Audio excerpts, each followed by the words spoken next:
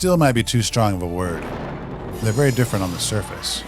But if you strip them down to their bare bones, pun intended, Rise of the Resistance at least borrows, if not copies, from the overall story structure of the Haunted Mansion.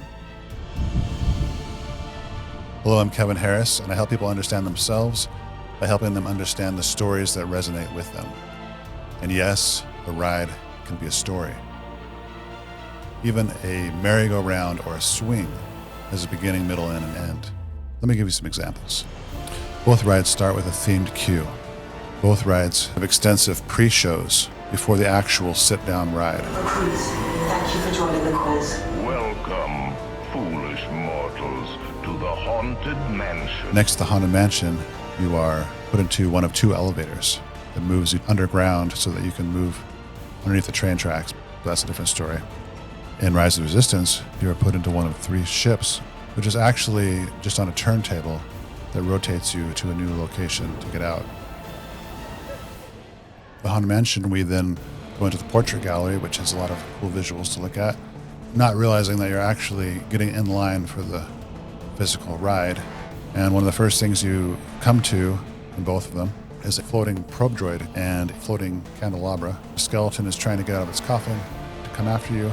You have stormtroopers who are coming after you. Then you go down a hallway backwards in both rides. Next, you move into like the big showcase room, literally lifted up to the second level. Kylo Ren and Hux. The bride is scary. In both rides, we feel like maybe we could lose our heads. Then we come face to face with the Hatbox Ghost.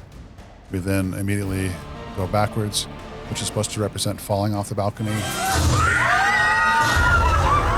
which leads into the finale sequence, space battle and graveyard party.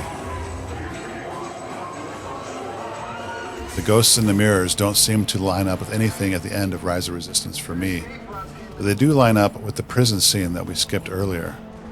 To me, both are the most invasive parts and are essentially saying that you can never escape from this experience, that a ghost will follow you home. Great job, recruits! I think the moral of this is the same with quite a few films. The underlying structure can be the same, and yet the ride can be totally different. And I think it works great, and I don't think it takes from either ride. Thanks for watching. That's the moral of the story.